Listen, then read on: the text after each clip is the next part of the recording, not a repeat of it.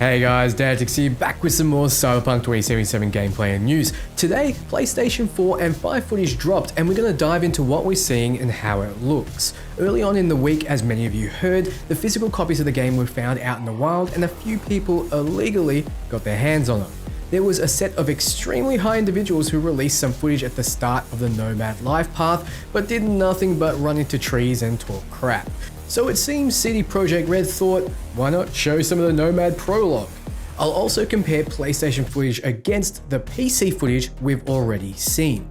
This footage contains no spoilers as it jumps to inconsequential parts, but if you want to go into this prologue not seeing a thing, I recommend clicking off now. I repeat, if you don't want to see footage of the Nomad prologue life path, abort. Okay, for those who stayed, the video begins at the Cyberpunk start screen.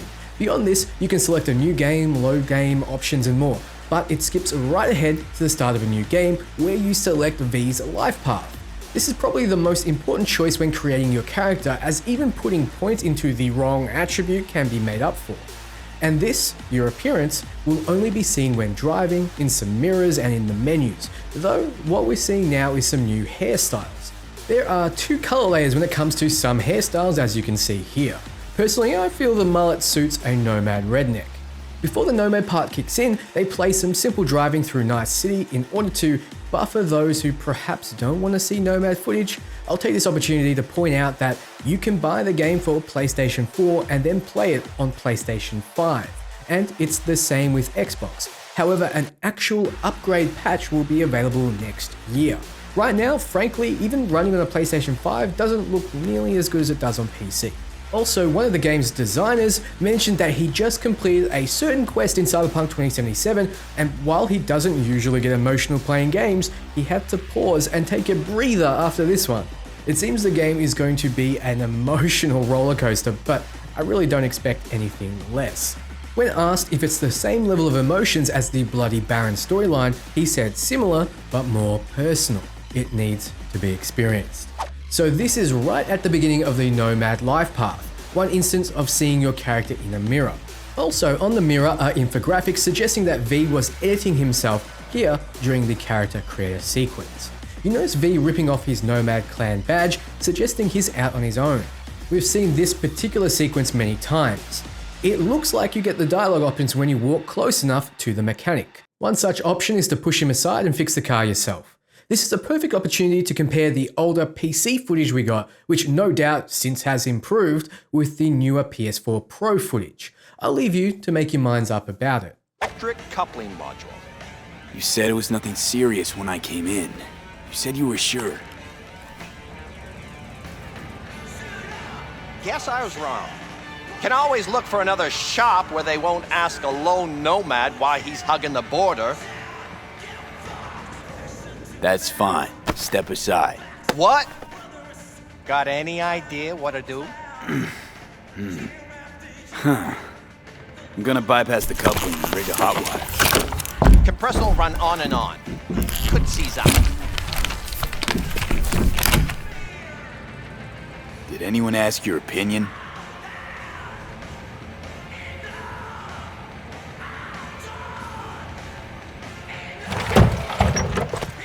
Okay, let's see what happens. It's like I was telling you. No.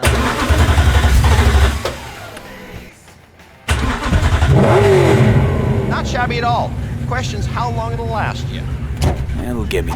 Cut past a big sequence and you're out in the Badlands. This is on the PlayStation 4 Pro and still looks quite beautiful.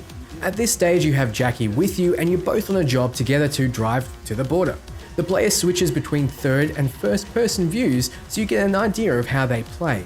I don't know which I would prefer since the interiors are beautifully modeled, but I typically prefer third person driving. In most sequences we've seen V shooting corpos in an on-rail sequence during this life path. In this sequence though, we see V entering the border control office and surrendering his firearm. Notice just how human all these interactions are. The security, a nothing NPC, looks at the gun for a second, wipes away sweat and puts it under the counter. There's so much character to these interactions. What's interesting is that Texas is the only red state on the wall there. Also, why do they have their guards wearing what looks like an orange slice on their head? Cut to after when V and Jackie make it to Night City. With the Nomad life path, you'll be experiencing Night City as a stranger, unlike the other two paths where you're already there. This could be a major draw for many people as both you and your character will be in the same position. Jackie is immediately in love with the city, but not just for the city, but for the legends it creates. Morgan Blackhand, Michael Whelan, Adam Smasher. Legends are born here. He mentions Morgan Blackhand, Andrew Wayland, and Adam Smasher. We've already seen Adam Smasher in many sequences, so it may suggest we'll be seeing Morgan and Andrew. I personally feel like Morgan needs to make an appearance just to give the game another potential ally or antagonist that suits the lore. If you want to know more about him, check out my lore video. Skip ahead and we're still driving. It's a big city and there's a lot to experience. This time, it's playing on PlayStation 5. The rain effects definitely look better. Jackie and V pulling up on a fight between some gangers and MaxTac. Like Jackie says, MaxTac, or the Psycho Squad as some calls them, are the apex predators of the NCPD. They're who comes and handles the situation when there's a cyborg running around with cyberpsychosis or when shit gets out of hand. Normally I wouldn't suggest just jumping into the open under fire like this, but these guys are tough, easily taking out the gangers with ruthless efficiency. Expect to have to fight them when you get out of hand as well. If you remember the first teaser trailer released, this one you'll recognize as this guy. It's confirmed by CD Projekt Red's head of animation that it is, in fact, the same person. Then we have a conversation with Jackie after arriving at your destination. Clearly you don't go your separate ways, as in the next sequence, the one we saw a hint of in the Nvidia trailer, there's a shootout on rails against some scavs. Scavs are scavengers that kidnap people and harvest their cyberware.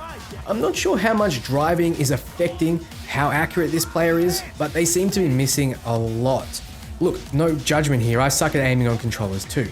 Then we've seen the Unity pistol before, but note that it's your standard run-of-the-mill firearm. With the right mods, you can ricochet bullets off walls with it. Jackie asks V to aim for the driver, so that means aim for the other guy. Luckily they end up running into a wall. Cut back a bit and we see Jackie's Spanish being translated live for the player. There were cases before where his Spanish was highlighted in bold, maybe there's a setting that wasn't turned on or the mod hadn't been gotten yet, but these are little life improvements that make playing the game like this all the better. And that's the end of the new footage. Before we wrap up, I want to compare the Nvidia footage to the PlayStation 5 footage so you can see the difference. It's unclear if the next gen patch coming next year will bump the console quality up to that of a high-end PC, but even if it comes close, it'll still be a massive upgrade. So thanks for watching guys, we are at the home stretch, hopefully, until release. I'm pumped, you must be pumped, and no doubt this will be a game that offsets at least some of the terrible year. For everything Cyberpunk and RPG, you're in the right place. Ciao friends.